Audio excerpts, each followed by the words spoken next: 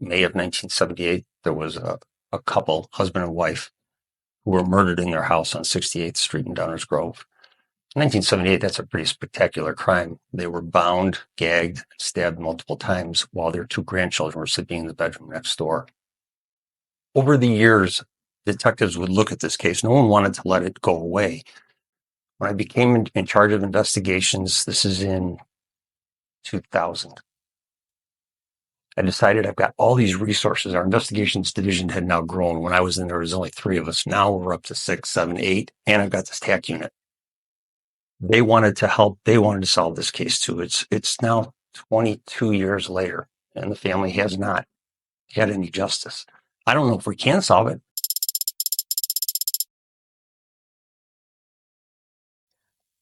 Chief Byrne, thank you for being here today. By way of an introduction, I wanted to provide a very brief overview of your 40-year law enforcement career. You started with the Downers Grove, Illinois Police Department in December of 1979. During the course of your career with the Downers Grove Police Department, you served as a patrol officer and a detective.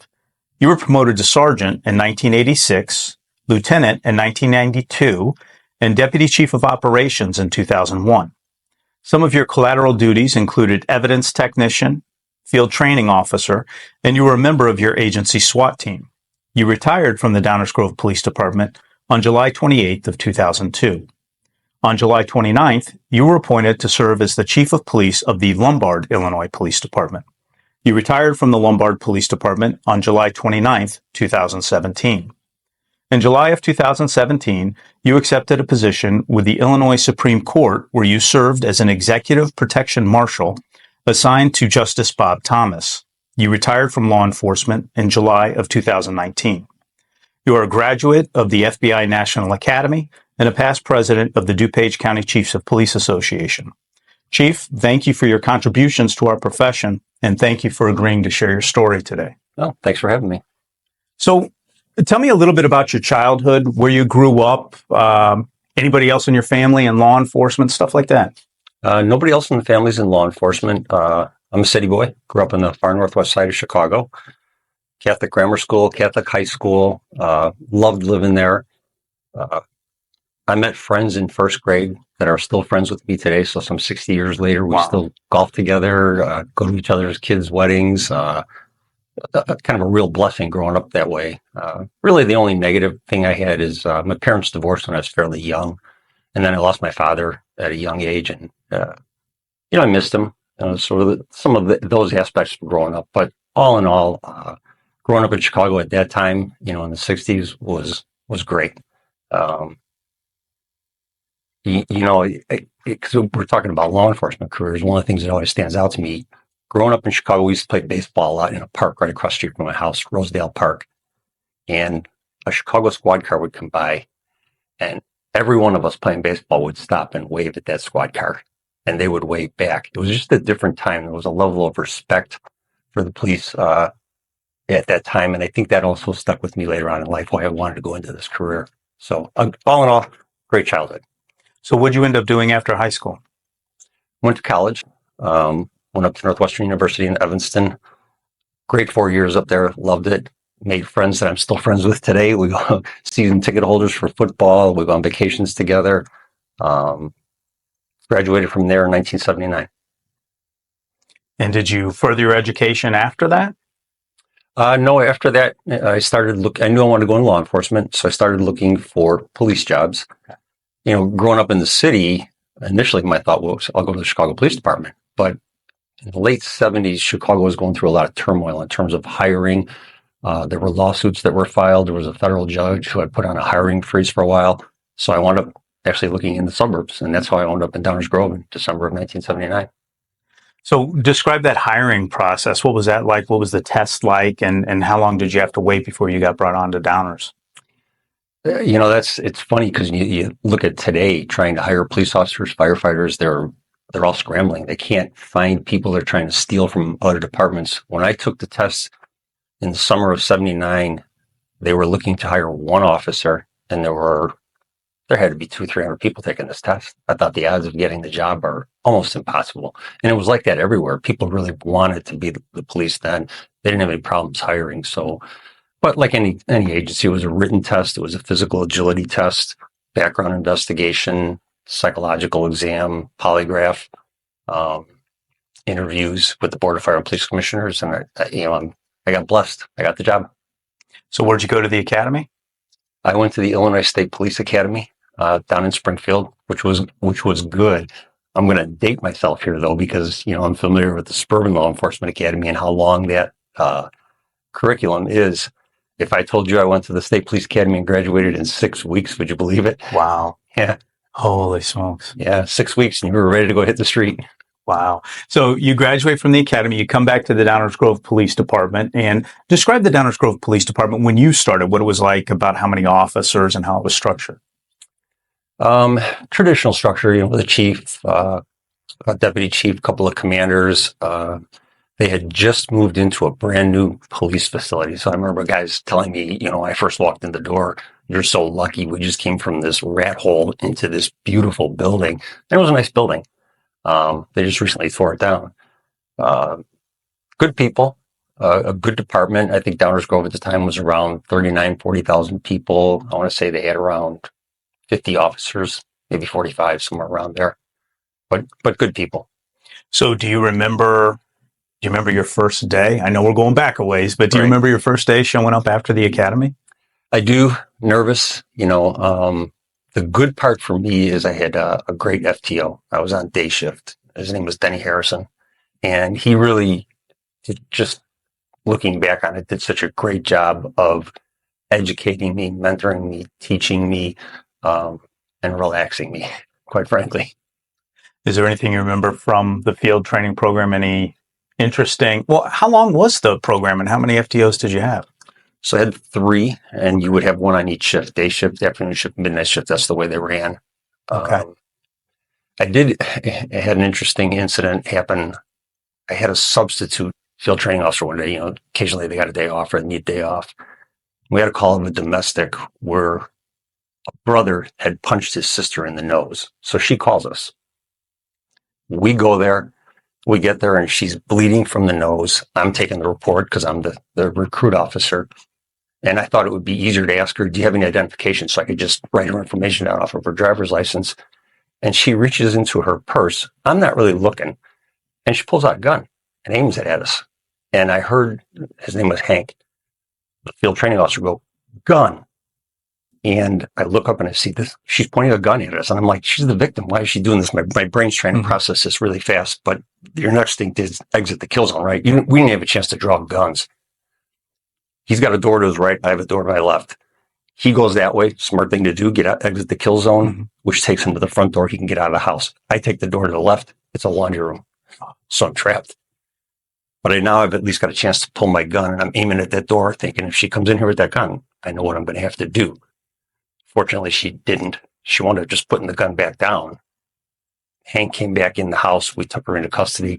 To this day, I'll never understand really why she pulled that gun on us. But, I was a new guy here, still in training. And I'm like, all right, this is different. Wow. Yeah. So give kind of that 30,000 foot perspective of your career. Let's focus on Downers Grove for now. Your career, how you rose through the ranks, some of the positions that you held, just kind of that 30,000 foot perspective. Kind of no different than anybody else who, probably spent that much time in law enforcement. I just kind of gained experience at the patrol level, gained great experience as a detective, took the sergeant's test, really enjoyed being a patrol supervisor, kind of going back to the street. Then I got promoted to lieutenant and I was in charge of our tactical unit for a while, but eventually I wound up being asked to run the investigations division as a lieutenant and bring the tactical unit with me. And at first I was kind of like, you're kidding me. I'm going to supervise investigations and this tac unit at the same time. It was a dream come true. Best job I've ever had. But from there became the deputy chief of operations, and unique opportunity to me came up when the police chief position came open in Lombard. I thought, well, same county, DuPage County, we have a border. The north side of Downers Grove is a south border with Lombard. Knew some of the people, had worked with them over the years, particularly in investigations, and it's just kind of an opportunity I couldn't pass up. So when you look back at your time as a patrol officer, bread and butter of patrol works, traffic stops. Are there any traffic stops that stand out in your mind? Uh, yeah, but not for the right reasons. Okay. I'd probably have to tell on myself. Because you make hundreds, if not thousands, of traffic stops in your career. But I remember one time running radar on Ogden Avenue, and I had a rule: I would not even stop a car unless they were at least 13 miles over the limit, just because that way you were never going to lose a ticket in court. Here comes a car, eastbound, flying, got him on radar, pull over, and put the car in park, get out. I walk up, the violator's getting out of the car to come back and talk to me. Nothing unusual going on here, but I ask him for his driver's license, and I can see he's a little distracted, and he's looking over my shoulder, and he goes, "Officer, your car is moving." I turn around, and here's my squad creeping towards me, towards him, and towards the back of his car. So I run back there, jump in the car, slam on the brakes. This time, I guess I really did put the car in park and stopped. So I walk back up to him and I go, "You obviously know you're getting a pay today, right?"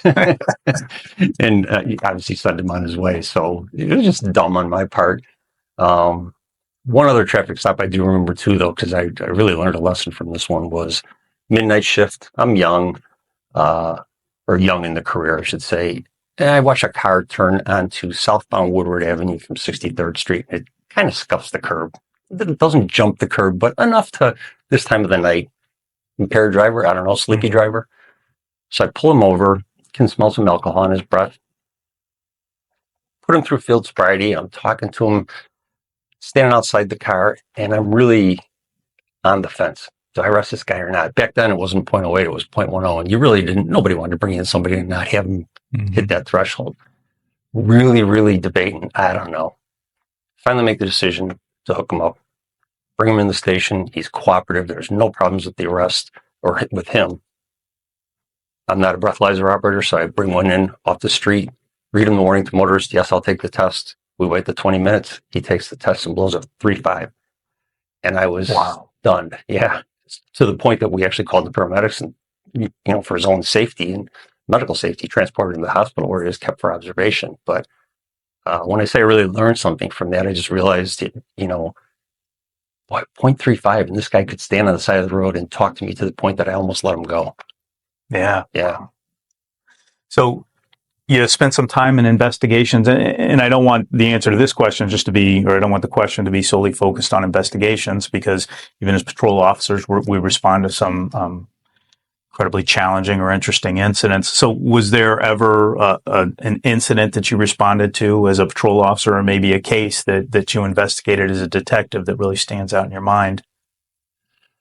Yeah, I mean, it's kind of a long story. Perfect. But, there was one case in my career when I was in investigations, and not just mine, where we worked as a team to solve a 22-year-old double homicide. By way of background, in 1978, May of 1978, there was a couple, husband and wife, who were murdered in their house on 68th Street in Downers Grove. In 1978, that's a pretty spectacular crime. They were bound, gagged, stabbed multiple times while their two grandchildren were sleeping in the bedroom next door. The case got media attention, I know now in retrospect. I was a junior at Northwestern at the time, didn't even know it had taken place. Fast forward to being hired in 1979 and coming back from the academy in 1980, going out on my own. You start meeting guys at night for a cup of coffee and talking to the veterans, and they would talk a lot about this case because it wasn't that old. It had just happened in May of 78, and it's probably about May of 80. It's 2 years old. And the department was also kind of raw at that point because 4 years earlier in 1974, they had the only officer ever shot and killed in the line of duty, Officer Richard Barth. And that was still fresh on people's mind. So they had kind of these two big incidents happen in this 4-year span. But I remember hearing about the homicide, the detectives working it. At that point, they had not made any arrests. And over the years, detectives would look at this case. No one wanted to let it go away. Denny Harrison, who I mentioned earlier, really worked hard on the case when he was a detective. Bob Porter, who went on to be the chief in Downers Grove, also worked on the case. When I was a detective, I worked on the case. I remember pulling the file out, really wanted to work this. It's unsolved now. This is now mid-80s. I would take the file home with me, read it at night on my own time, develop a timeline, kind of develop a list of to do, what needs to be done, what I thought maybe was a fresh set of eyes on it. But then you come into work the next day and you got 3 new cases on your desk, burglary at a home, and people want their cases paid attention to. And it was hard to do by yourself. Complicated case. Now, fast forward, I mentioned the best job I ever had was running investigations. When I became in charge of investigations, this is in 2000, I decided I've got all these resources. Our investigations division had now grown. When I was in there was only 3 of us. Now we're up to 6, 7, 8, and I've got this TAC unit. Came up with the idea, I can't do this by myself. Let's approach this as a team. And I've got evidence technicians, I've got seasoned investigators, I got a detective sergeant, Dean Kalmar. And I took the case file, and I had an excellent civilian support assistant, Kristen Burbage. I said, Kristen, put together these binders. Everything goes in the binders for everybody in investigations and TAC. All the reports, all the ET supplements, all the photographs, everything we've got. Gather the group together. I want to say this was in about January of 2000. And I decided, I gave the binders to everybody. Everybody was eager. Great detectives. They wanted to help. They wanted to solve this case too. It's now 22 years later, and the family has not had any justice. I don't know if we can solve it. We didn't have a lot of evidence, to be truthful, but now DNA had come into much more significance in law enforcement. So we decided to approach this as if it happened yesterday. I don't want to just reopen this case. I took this approach, pretend like it happened yesterday. Here's what you know. Here's your photographs. Here's the evidence you have. What do we need to do? And then the other thing I wanted to do, when I felt comfortable, we got a team, they're all interested and they want to do this. We met with the family. I didn't want to just make the phone call and say, this is the annual, we're checking in with you, we're still working on your case. Met with them in person. The couple that was murdered, their names were Glenn and Betty Schultz, and they had 2 daughters. And we met with the 2 daughters, their respective spouses, because the one daughter's husband is the one who actually found them. The original complaining witness on the report, committed to them. We're not just reopening this. We're starting from scratch. We're going to re-interview people. We're going to look at all the evidence. We're going to look at it from a DNA perspective and really go at it, because it's 22 years later now. And my concern is now potential witnesses, they're getting older. You're looking at the possibility of losing some. Family was very happy. Again, made the commitment to them that this is our number 1 priority. And really the only thing that could derail it would be another homicide. And then a week later, we got a homicide. So, I made it a point to call them intentionally. It wasn't a complicated one. It was one we were able to kind of wrap up. But even the simpler homicides, if there is such a thing, still a lot of witness interviews and tracking people down. Told the family about it. They completely understood. Set us back just a little bit. But we kind of got on this regular track of every month. There was a conference room at Public Works. They were nice enough to let us use it. We would meet as a group, spend the entire morning there. This was your assignment last month. This was yours. This was yours. Tell me where we're at. Update me. And then after hearing all the updates, okay, now what do we need to do next? So it was going along pretty good. Kind of an interesting side story to it. I mentioned that the grandchildren were asleep in the home when this happened. There was a 5-year-old boy and a 2-year-old girl. And I remember reading in the report, the 5-year-old said something like, Grandma went away with some men. And it always kind of stuck with me. Did he see somebody? I know he's only 5, but what can we do? I mean, obviously we would talk to him and he'd say, I don't remember even saying that. But thinking outside the box, I don't remember who came up with the idea, but we decided to try and hypnotize him and see if we could take him back in time and see if he would remember anything. And the first person I reached out to, first I had to go through the state attorney's office, because this is a pretty different investigative technique. They proved it. Jeff Kendall and Jane Radistitz worked on the case with us very closely, Liam Brennan. And they said, go for it. So I reached out to John Milner, who was the police chief in Elmhurst at the time, really well-respected guy in law enforcement, an excellent interviewer. The problem was he had a connection to the company where our suspect worked and had felt there was a conflict of interest. His father had done some work there. So he referred us to a sheriff out in Ogle County. So we took, his name was Scott, he's in his 20s now, out to Ogle County. He was eager to help in any way he could with the family. And we meet with the sheriff. He's very nice. He's happy to help. We're in his office. I'm with Dean Kalmar, who's still one of my best friends today. He's my detective sergeant. And Scott's there, and the sheriff is there. He explains to us what he's going to do. And he starts to talk to Scott. And I said to Dean, you take notes, because in case the sheriff asks any questions, if this goes the way we want it to, I want to be able to prompt him and tell him what we know about facts. So the sheriff starts, and I'm watching. I'm fascinated. I've never seen anybody hypnotized before. And I can tell that Scott is going under hypnosis. This is working on him. And I'm really, I started kind of leaning forward, wanting to hear what he's going to say. And when I think it's going to work, I turn to Dean, like, hey, Dean, I think this is going to work. Well, Dean's going under too.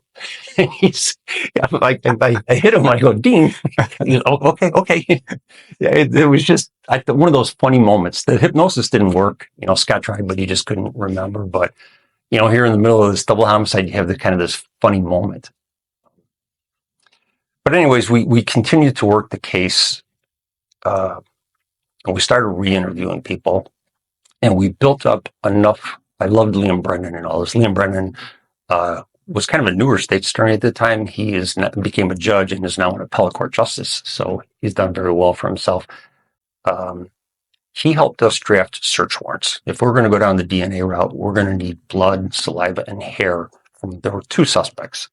Billy Lee Warren was the main suspect, and he had a brother named Billy Gene Warren.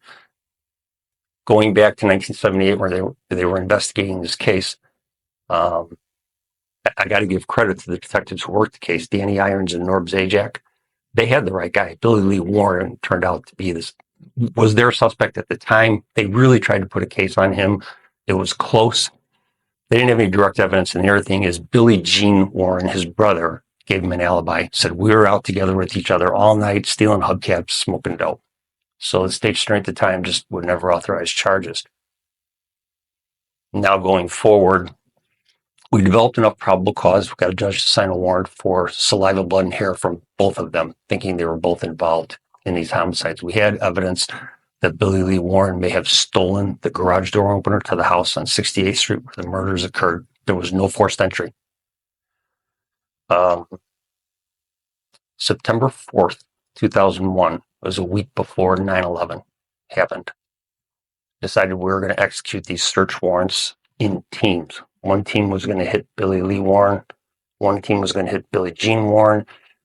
Billy Lee had an ex-wife who was cooperative. So we wanted to place several people under surveillance all at the same time while we executed these warrants. We went to where Billy Lee Warren worked, the Wilbert Burial Vault Company in Broadview, which is where he was working when the murders occurred and where Glenn Schultz was a supervisor. Later on, I remember asking, how could he still be working here 22 years later? And I remember representatives from the company said, we always thought you guys were going to arrest him any day. So he stayed there. We served the search warrant on Billy Lee Warren, and he won't say anything. It's 23 years later now. Knows enough not to say anything to the police. Where the case broke is the team that was assigned to Billy Gene Warren, the brother who provided the alibi. I want to say it was Mike Hutchins, Dave Borman, and Jim Niels were the detectives with him. Gene Warren decides he's had enough of this. He's getting hair plucked out of his head and swabs taken out of his mouth. He's got kids, and he says, I'm done with this. I'm going to tell you what you want to know. He tells us that his brother did tell him he committed the murders. He walked with his brother when his brother showed him the knife that he used to kill Glenn and Betty Schultz, dropped it in a sewer, showed him the garage door opener they had stolen to make entry into the house, and dropped it into another sewer. So we had some good evidence now. Broken alibi. We had some good corroboration from the ex-wife about how Billy Lee Warren was out all night. When he came home, he was acting very strange. using solvents on his clothes, washing his clothes, out of character for him. Certainly indicative of the fact that there was blood on him. We have to let Billy Lee Warren go. I don't have any probable cause to arrest him, but we bring Billy Jean down to the station, and he repeats the story for us again. Liam Brennan is there. He's hearing this from the state attorney's office. He says, let's get him on tape right now so he can't backtrack this. Smart idea. Set up in a room, kind of like this. Cameras are rolling. Billy Jean is sitting in a chair, and he recounts the whole story for us.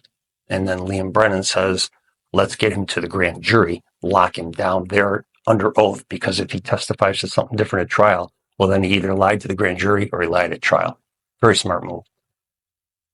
Take him out to the grand jury where he gives everything up that he's told us. He's being consistent now. Billy Lee Warren says he wants to see, we now have probable cause to arrest Billy Lee. We go back to the Wilbert Burial Vault Company, take him into custody, bring him to the station for murder, 2 counts of murder. And we try to interview him again, and he won't talk to us, but he says, I want to see the interview with my brother. So we played it for him. He says, okay, thanks. But as I'm watching the tape, things are always funnier when you're looking back in time now. Here I am. This is double murder investigation. We're going to videotape this guy breaking his brother's alibi. I'm watching the tape. We did it in a conference room at the police department, and there's a full cardboard cutout of Eddie Murphy standing right behind the guy while we're taking the interview. I'm like, how did you not think to move that? But I think, we were just so excited to get this on tape, and again, just one of those funny moments looking back. So the good part of this story, and I warned you, it's a long story, is we never did develop DNA evidence. We tried, hair, whatever fluids that we had. So our case was completely circumstanced. We have no confession. Something prosecutors love. To this day, I so appreciate Joe Burkett, because you've been in the business long enough. Prosecutors want an airtight case. They want a confession. They want everything they can have. Joe Burkett looked at this case as a circumstantial case, but a good one, and we're going to try it. It's been 23 years. My attitude was always, I would rather try this case and lose it than let this guy never be charged. Joe authorized those charges. I was really, couldn't thank him enough for doing it. That was so supportive, and symbolic of the strong law enforcement ethic there is in DuPage County. Case went to trial in 2005. So now it's 27 years, since the murders happened. But Jeff Kendall, Jane Radisitz, and Liam Brennan tried the case in front of a jury. Judge Ann Jorgensen, now also an appellate court justice, presided over the case. And they did a phenomenal job prosecuting it. As a witness that I couldn't see, I was excluded. Didn't know how the case was going. I was nervous. I knew it was circumstantial. But in the end, the jury rang him up for the both counts of murder to Glenn and Betty Schultz. And Judge Jorgensen gave me 2 life sentences 27 years later. And to this day, the teamwork, the people that worked on that case for me, with me, they'll always stand out as the highlight of the career, because the family waited so long for justice. And I remember when he got the 2 life sentences, I had I felt sad for the Glenn and Betty Schultz who lost their lives. They were only in their 50s. They had young grandchildren. Felt sorry for their 2 daughters and their spouses and the grandkids. But for once, I saw the family happy. Even though they had grief and they had lost their relatives so long ago, they had justice. And it just felt good. So what's the backstory? How did the original detectives identify this guy as a suspect? What was the tie to him, or was there any tie? Yeah, there was. It's an excellent question. And again, I give credit to those detectives. They had the right guy back then. They just didn't have enough evidence in that alibi. So Glenn Schultz was a supervisor at the Wilbert Burial Vault Company in Broadview, and Billy Lee Warren was an employee. And you have to know Glenn Schultz. He's a former Marine. He's got a work ethic. Billy Lee Warren does not. So they had a lot of button heads going on there. Serious conflicts. I think, Mr. Schultz probably would have liked to administer more discipline or maybe even fire the guy, but the powers that be at the company at the time wouldn't fire him. So just that conflict is what happened. And then he notices his garage door missing. He actually reported it to the police 2 days before the murders happened. So the connection was always there. Obviously, the detectives back then went and talked to the people at the place of employment, and this guy's name constantly came up as they didn't like each other. They butted heads a lot. Some circumstantial statements about how he would like to hurt him and things like that. So he came up right away on the radar. And the sheriff from Ogle County was a hypnotist? Yes. That's incredible. I've Yeah. never heard of anything. John Milner was as well. Wow. Yeah. That's incredible. Now, you thought the Academy was going to date you. That didn't date you. Out stealing hubcaps is what just dated you. Yes. So that's and were there any other cases? I don't want to, because I know you spent some time back in detectives, and that's an incredible story. I just don't know if there's any other cases, and I don't want to move on before I give you the opportunity to bring anything else up. Significant cases there. Yeah, I mean, the one thing about running investigations that you're involved in everything that's high profile. Sometimes you can be a patrol officer and something big happens, but it's not in your beat or it happened on your day off. But when you're running investigations, you're going to be there for everything. And, we had a case where a young woman, 18 years old, home from college for the Christmas holidays, was walking across a residential side street, 41st and Lindley. And she was with a group of 3 friends crossing the street, and 2 cars come speeding along. The first car hits her. She winds up hitting her head on the windshield, bouncing off, falling to the ground. Second car comes along, runs over her. And both left the scene. And, terrible case. Young girl like that. So this happened around 9 o'clock at night. We have a description of the car from the 3 friends, some physical evidence. And meanwhile, midnight shift is coming on duty. And they're giving the information to the patrol officers on midnight shift. Hey, we had this terrible hit and run. Here's about the only information we have about the car. And it was starting to lightly snow. I always remember this. Officer Todd Roundtree, you talk about how important a patrol officer's job can be. We've got detectives out at the scene, people doing accident reconstruction. Todd's been assigned to the furthest north zone that night, zone 1, a little bit north of the crime scene. And he makes it a mission to go out there, and my job is to maybe see if I can find that car. And he just starts driving side streets, and he spots a car in a driveway. And it's a generic description that we've got, but he sees it, and there's some light tire tracks in the snow, so it's recently been pulled in there. He walks up on the car just to look at it in the driveway, and he sees a spider web in the windshield and hair stuck into the cracks in the glass, and thinks this is maybe the car, which it turned out to be. I just thought that's one of the best pieces of street police work I've ever seen. Absolutely. So obviously we had a car, registered owner, and we started piecing together another good job on canvassing. We found a gas station where guys said, I had 2 guys in here, gives us a description of the car, matches. He's got surveillance video. Case came together pretty quickly, and we identified the 2 individuals who were involved. Great work. I had some brilliant detectives working for me, to be truthful. And we wanted to put in a case on both of them for reckless homicide, traced back to where they had been drinking earlier that night and where they went drinking afterwards. After the accident, yeah. Has there ever been an incident that you were involved in where kind of that you get that hair on the back of the neck feeling where it's standing up and you realize something's just not right with this call? Got to tell on myself again. That's the best part of being retired, I guess. Yeah. Hey, we all make mistakes, right? For sure. Yes, got an alarm call one night at a venture store down near 75th and Lamont. Midnight shift again. So I go there. It's, alarms. You don't want to take them for granted, but it's an alarm. It's a venture store. It's a big box store. I walk up to the front door and I pull on it and it opens. No signs of forced entry or anything like that. I'm thinking the employees just failed to lock the door. I'm pretty sure I had backup, but it's such a big store that instead of walking together, we would spread out.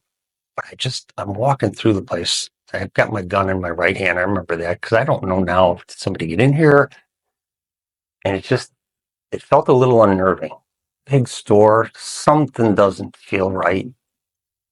And I'm walking through, and all of a sudden I turn to my left, and there's somebody standing there, like 2 feet away from me.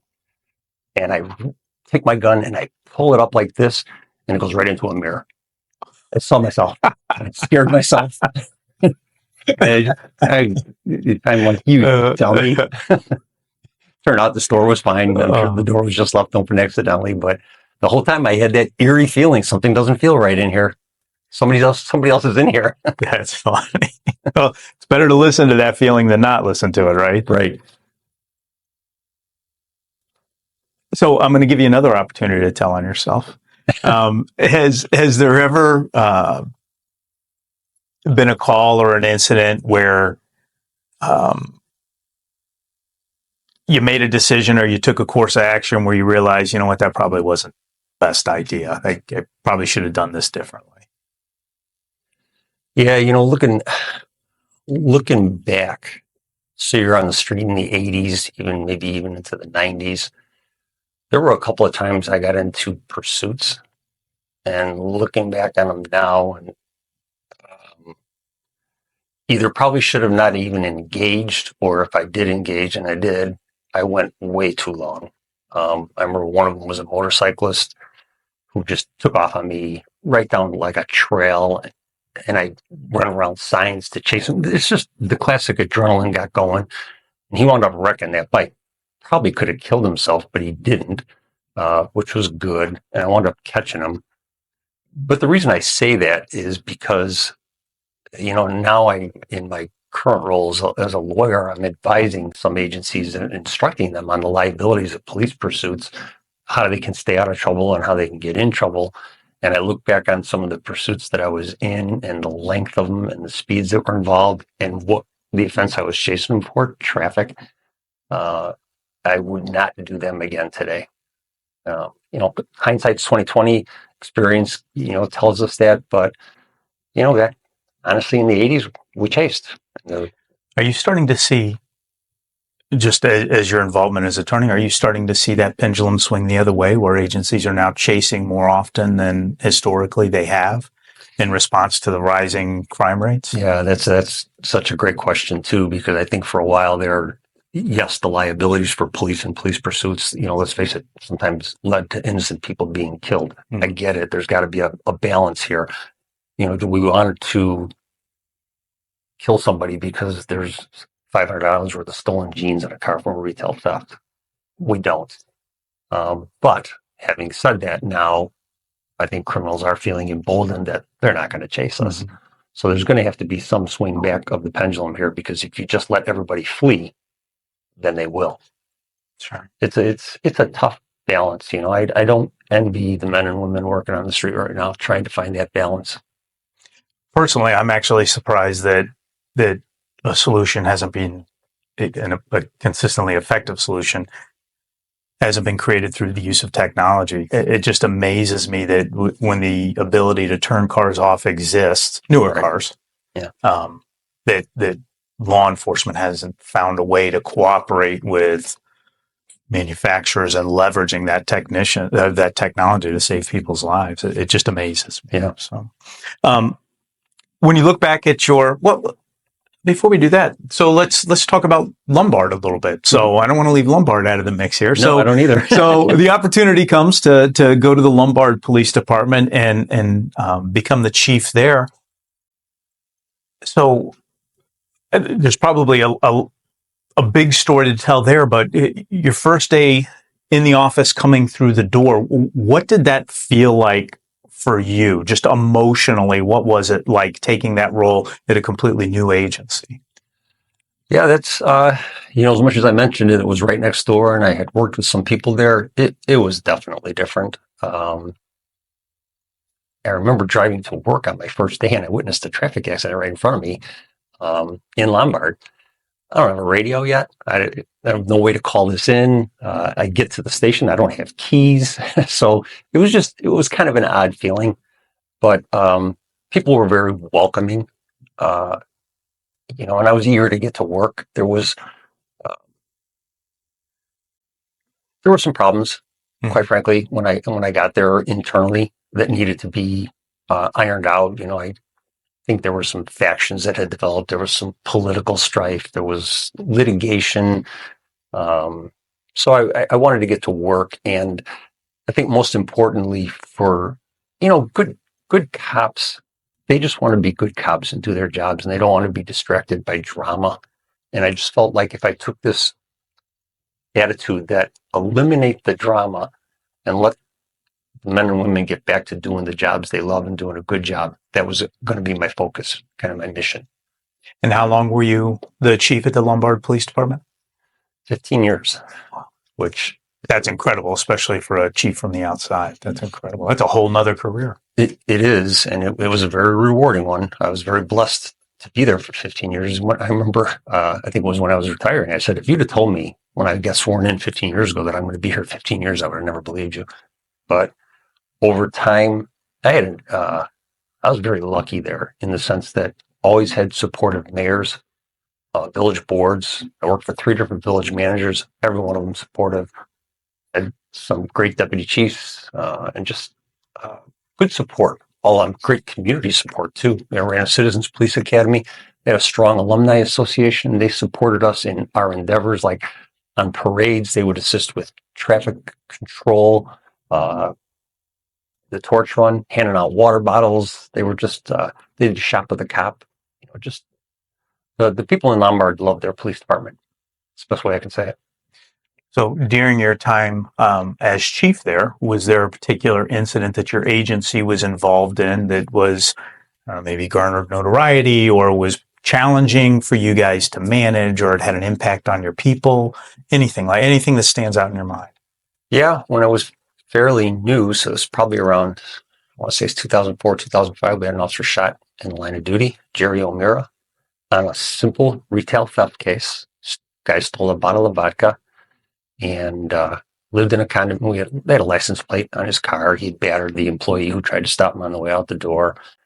And obviously the officers went to the registered address. It was a condominium building. Jerry O'Meara, Jim Glennon, who was a lieutenant at the time, and talk about feeling an instinct. Jim Glennon said he heard the call on the radio and it just didn't sound right.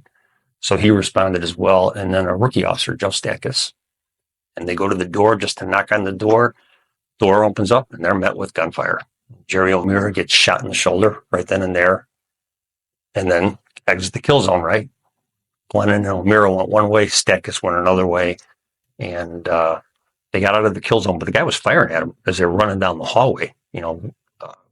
Bullets are kind of whizzing by them. So it was a chaotic, kind of traumatic scene. Fortunately, Jerry O'Meara survived. It ended his career, obviously, because he could never recover the strength in his arm from all the ligament damage up here. So that was, kind of obviously the police officer shot in the line of duty. It was the other thing that still bothers me today a little bit is, remember the Tylenol murders? Mm-hmm. Yeah. One of the people who died in Lombards. So that before I got there, I was still in Downers Grove when the Tylenol murders occurred. But that case also kind of went cold for many, many years. And the FBI agreed to convene a task force and try to take a fresh look at this case. We had a detective assigned to that task force, Benny Ronaldo, smart guy. And to make a long story short, they went back and started over. And I believed they had a good circumstantial case to charge the guy with the murders and the Tylenol murders. But couldn't get the state attorneys to agree. Didn't feel there was enough evidence. I get it. It was a circumstantial case. It would have been, no confession, no DNA. But the case was never charged. And as we now know, the main suspect in that case died. It's just always kind of bothered me because it kind of goes back to what I mentioned earlier, that I would rather charge this guy and lose than let him walk away and never be charged. But he was never charged. And that main suspect that died is the same suspect that you're talking about? Yes. Yeah. So as chief in Lombard, what do you think is probably one of the most challenging or difficult decisions that you personally had to make? Well, to me, the things I always struggled with, there's not just one. Sure. Uh, who likes discipline, right? But police officers are no different than anyone else, or even the civilians that work for you. They screw up, they engage in misconduct, and you've got to do the right thing, right? We're a public agency. We're accountable to the public. We're held to a higher standard. So that's never fun, whether it's even a written reprimand up to, we had one case where we had to terminate an officer. So that's difficult. It's hard. You're talking about people's lives, but it comes with the job. When you look back at both agencies, what do you consider to be some of the highlights? It sounds like being the lieutenant in charge of investigations at Downers Grove was definitely a highlight. Right. What are some of the other highlights of your career? Well, when I was at Downers Grove, I got the opportunity to go to the FBI Academy in Quantico, Virginia, for 12 weeks. That was a fascinating experience. We spent the entire time there. I had a roommate, and we had 2 additional suite mates. I'm still friends with them today, and this was back in 1997. Just a great educational experience. Made friends with people across the country, which increases your network ability. Mm-hmm. So now if I had something unusual come up, even if you didn't know the person, you go to the book, find somebody from that agency. They went to the NA, instant connection. You can call them and go, I was with this session. Can you call me back? This is what I need to know. So I was blessed to be able to have that opportunity. Staff and command, of course, was also important. Mm-hmm. So just had some good mentors who always gave me opportunities. So you bring up mentors. Who do you, whether they knew it or not, and whether they were within the profession or outside of the profession, who did you look to as a mentor or mentors? When I mentioned going to for example, going to Quantico, Virginia at the FBI Academy, that opportunity was given to me by George Graves, who's the retired chief from Western Springs and Downers Grove. He was always big on promoting people to further themselves and giving you opportunities. So I certainly consider him a mentor, but I think the biggest mentor in my career is Denny Harrison, who I mentioned to you earlier. He was my first FTO, treated me so well. And even when I went out on my own, Denny Harrison is the kind of guy, when he was a patrol officer, he would come in with a quality arrest almost every day. And this guy is ethical. He does things by the book. I used to just think, how does he do that? He's really good. So I would talk with him a lot, pick his brain. Then he went into investigations as a detective, and he handled some heater cases, like the abduction of young girls who were sexually assaulted, a burglary to a gun store where there was an arson set to cover the alarm going off. Heater cases, and I would sit there when they first happened and go, boy, how are you going to solve this? And then he would solve it. So I would always ask him, how did you do that? And he's one of the smartest people I've ever met in police work, and I learned a ton from him. He's a lawyer. He went on to become a DuPage County State's Attorney and then went into private practice. Still see him regularly now. Just, I learned so much from him. FTO days, through detectives, through law career. And then it's funny, you tend to think of mentors as people kind of above you or trained you, but I also learned from people who were my colleagues. I worked with a guy named Billy Byrne, passed away, unfortunately. Smart street cop. So we're just equal ranked, whether we were patrol officers together or sergeants together. This guy had a brain that could figure things out. He could see things that other people couldn't see.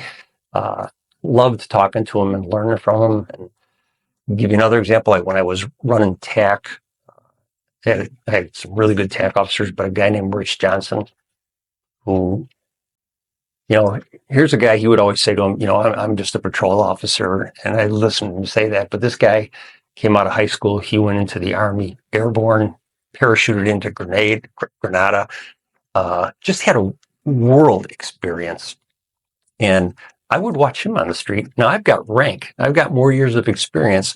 And this guy was teaching me things about tactics and about instincts. And I think whether it's a mentor or not, you can always learn from everybody. And I remember learning from patrol officers. So when you look back at your career, what impact do you think the job had on your family? My family, since they were always good about it. I mean, they knew what my job was. My wife was always incredibly supportive. So I'm not going to say it ever really had a bad effect. Obviously, you missed some Christmases or some Thanksgivings here and there, or weekends you couldn't do things. But I think my family understood that. And the one and only time I can think of where it ever had it probably impacted me more than my family is I mentioned the young girl who was killed when she was run over by the two motorists. So that happened on December 26th, 1999. And the reason I know the day is right before Y2K. December 26th is my daughter's birthday. It's the day after Christmas. And she was 8 years old that day. And it's her birthday. And because it's the day after Christmas, we always try to make the day special for her so it wasn't overshadowed by Christmas. And we were home, and I remember getting the phone call, and I've got to go to work. It's a serious case. And I remember my daughter looking at me and saying, "Dad, do you have to go to work?" And I said, "I do."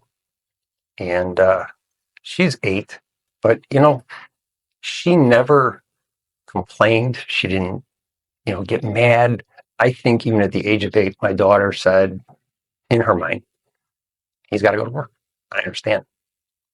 But it bothered me. Sure. What do you think when you, again, look back at your career, multiple agencies, what do you think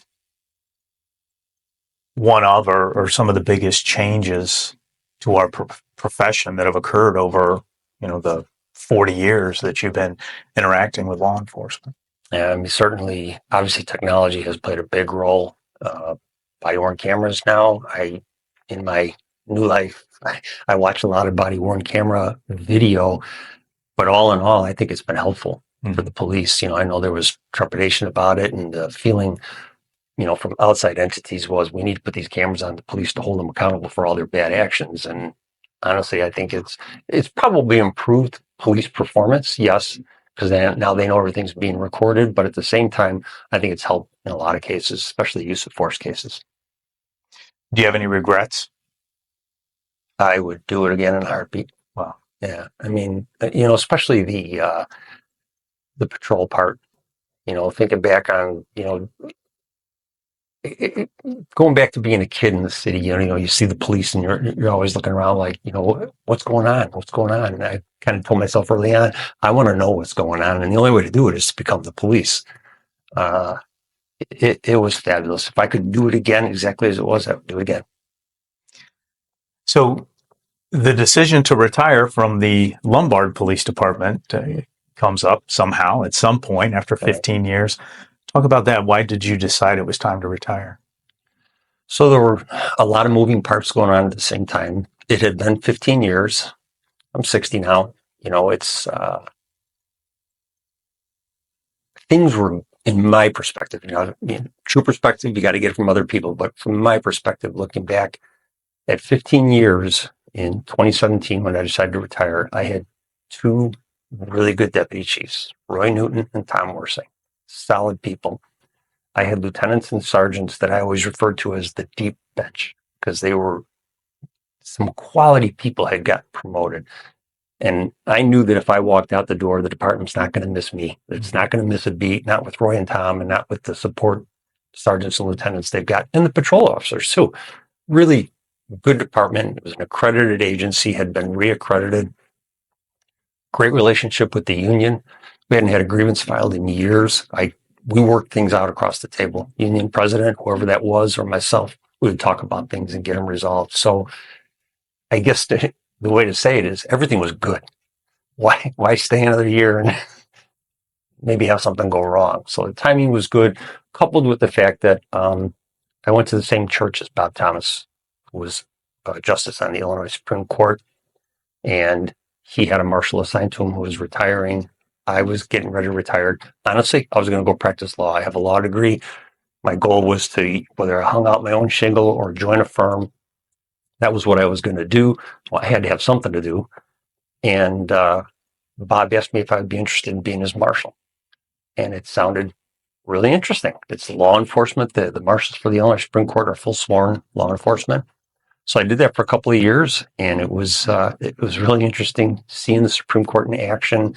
Got to see some behind the scenes stuff, like when we would take them over to the governor's mansion. Governor Pritzker would give them a private tour of the refurbished mansion, but you get to go along on all that. And so just some unique perspectives. But it's funny having a law degree. Here I am in the Supreme Court. I'm a marshal. I'm watching these attorneys argue cases to the 7 justices. I'm going to these judicial conferences. I'm going to bar conferences, and it's always been nagging me in the back of my mind. You have a law degree. Should you not be putting this to use? So after 2 years with the Illinois Supreme Court, I went out and started practicing law. So why did you decide to leave that marshal's job? It was the nagging kind of. That's what did it. Yeah, and I, kind of subtly, I knew that Justice Thomas was also thinking about retiring. Mm-hmm. I kind of got some hints about that. I just thought this might be the right time to do it. So do you have any advice for someone who's considering becoming a police officer, maybe somebody who's in that 10-year funk and they're just questioning why they're even doing this job, and then maybe somebody that's considering retiring? Yeah, okay, so 3 questions there. To the new person, I would still say policing is one of the best jobs in the world. It's tougher right now. There's been a lot of scrutiny on law enforcement, and that some of it isn't deserved, but I also think some of it's been almost too harsh. Still a great job. I always tell people, if you go into police work, you're going to see things that the public doesn't see. Some of it's tragic, some of it's funny, some of it's unusual, but it's a great job that is different every day. It's not an office job. It was for me. I really loved it. It had a friend who one time said, being a police officer or a firefighter, you're never going to be rich, but you'll always be comfortable. It's a good income. It's a good retirement. It's good benefits. It's a great career. To your question about the 10-year guy, yeah, that's a tough one. Another friend who talked about being in policing, the first 10 years is fun. If you get past 10 years, well, now you're doing time for that pension if you don't like the job. I was blessed. I loved the entire time. But to me, those guys who are at the 10-year point that are disgruntled, they get distracted from why they got in the job, the fun of it. And they start focusing on the internal drama. And I think that's where things go bad for you. You start worrying about what the chief is doing, what management is doing, what the mayor and the village board are doing, what the union is doing, how they're getting screwed by the department. Get away from the drama. Go back to why you got in this job. That's the part you loved. Go back to it. It's still out there. As far as retirement, you've got to have something to do. You've got to have a plan. I refer a lot to what I hear friends say, and I had another friend who I asked him, how long are you going to work? He's done very successful private life. And he said, I've always been told that you can't retire unless you got a plan. He goes, I don't have a plan right now. So he keeps working because he wants to. And I think that is smart. I just don't like to they tend to retire earlier than most people in the general public. And if you don't have something to do, I don't know. I don't think your quality of life will be as good. Find something. It can be part-time. It can be away from law enforcement. It can be in law enforcement, whatever your interests are, but you got to have something to do. Chief, I want to thank you for sharing your story with us. Oh, thanks, Jason. It's been a pleasure being here. Thank you for doing this.